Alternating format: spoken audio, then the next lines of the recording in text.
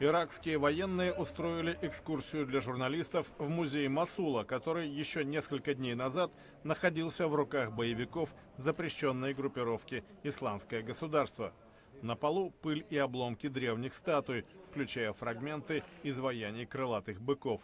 Захватив музей в 2015 году, исламские экстремисты демонстративно крушили кувалдами древние памятники.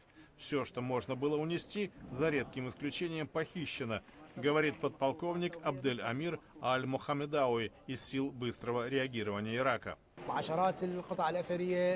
Археологические артефакты ассирийской, аккадской, вавилонской, шумерской цивилизаций, персидской и римской империй, Древнего Египта разграблены. Крупные предметы, которые нельзя контрабандой вывести из Ирака, уничтожены. Библиотека сгорела.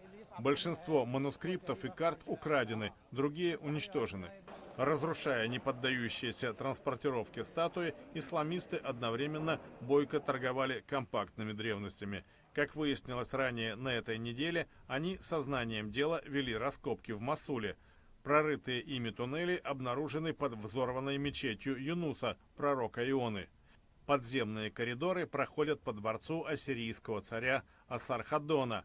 Работы проводились аккуратно, чтобы не повредить артефакты, нелегальная продажа которых пополняла казну экстремистов. Освобожденное здание музея в Мосуле испещрено пулями и закопчено огнем.